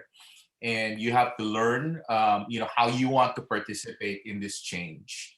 That becomes a critical component to all of this, and you have to learn how you want to engage with a specific area of these of change dynamics. If your passion is in equality, if your passion is in environment, if it's in job creation, how can you begin to participate and help drive that agenda? Because this is such a big problem. You can't expect corporations only to do it, or in one of your key roles as a person. It has to start from yourself. So start, learn, and be ready, because the change is happening. It's here, and it's here.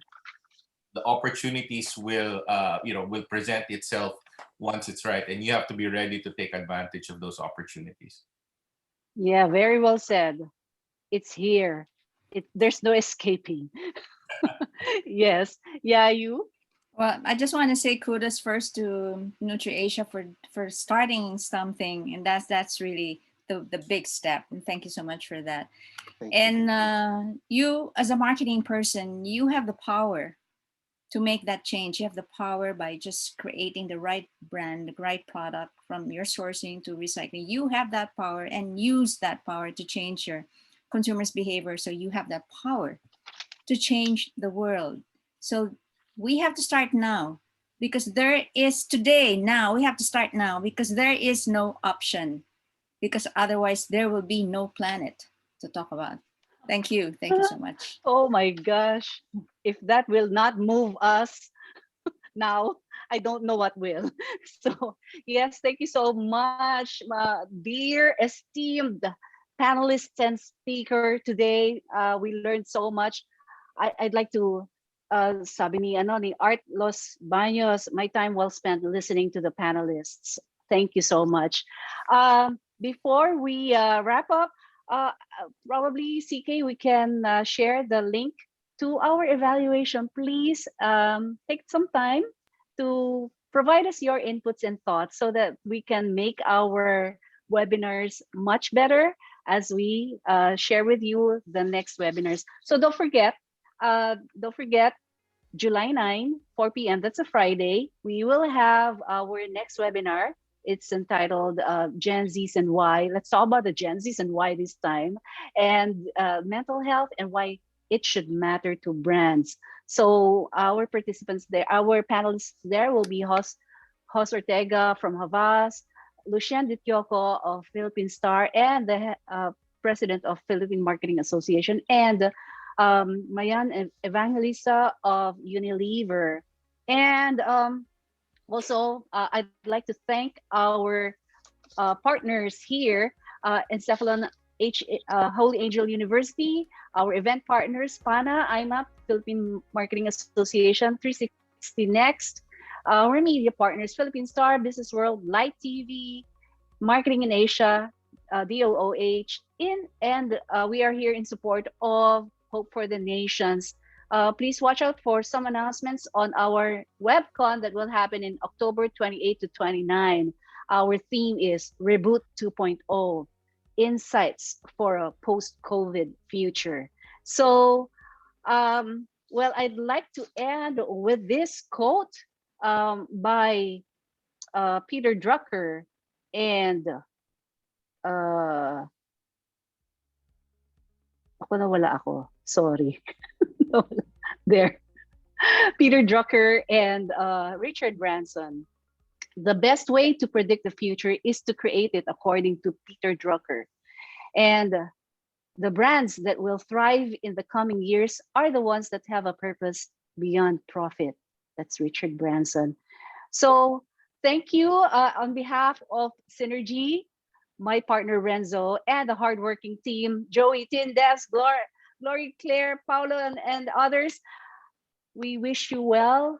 Thank you, dear panelists and speaker today. And thank you for being with us. Wow, you are so all engaged. I'm really so humbled, and I thank you for staying with us until this time.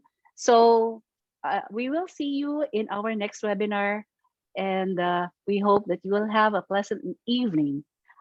For the panelists, and yeah, you please stay after if we can just stay down for a while.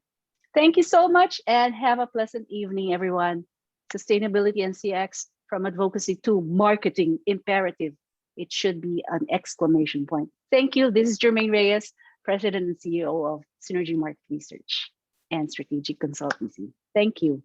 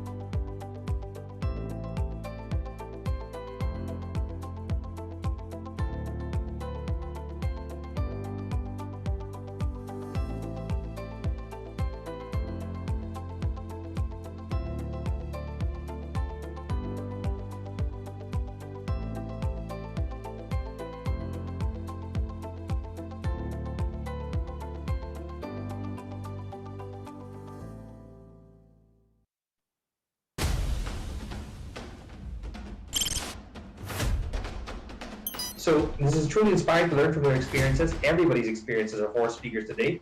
Gives us courage, resolve, and ideas to raise forward as we continue to iteratively rebuild and recover from the impact of the crisis. Our 2020 edition is our first virtual conference with a theme, Flash Forward.